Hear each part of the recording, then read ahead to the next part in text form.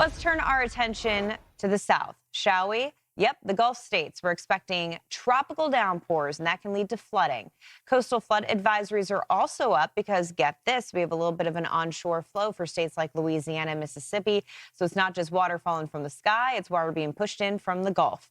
So let's go ahead and take a look at the last 2 days across the Gulf Coast from Texas to Louisiana. And this is a great representation of what we are talking about with tropical downpours. We have pockets where we have picked up 3 to 5 inches of rain in just a couple of days.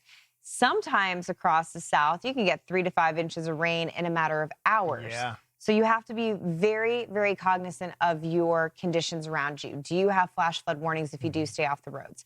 Lots of tropical moisture in place. Yeah, just look at the deeper shades of the blue and the green. That's where the moisture is, and all of that being fed up into Texas. We do have this spin, this area of low pressure that's come over Mexico and starting to inch its way over Texas. And when I say inch its way, that's exactly what it's doing. It's moving ever so slowly, sparking some of these storms this morning. The conversation we were having with you yesterday saying, hey, West Texas, southern portions of the state will be getting in on the action coming off of the mountains from Mexico. Certainly see the case this morning. Some of those have been producing some heavy rain. They're starting to die down just a little bit. Man, they've come in with a lot of rain. And then as we take a look at what the rest of the day will unfold, here's the focus of what's happening right now. So good initialization, important to note in a computer model, because if you start with garbage, you're going to get garbage. But it's picking up on those showers and storms right there on the border.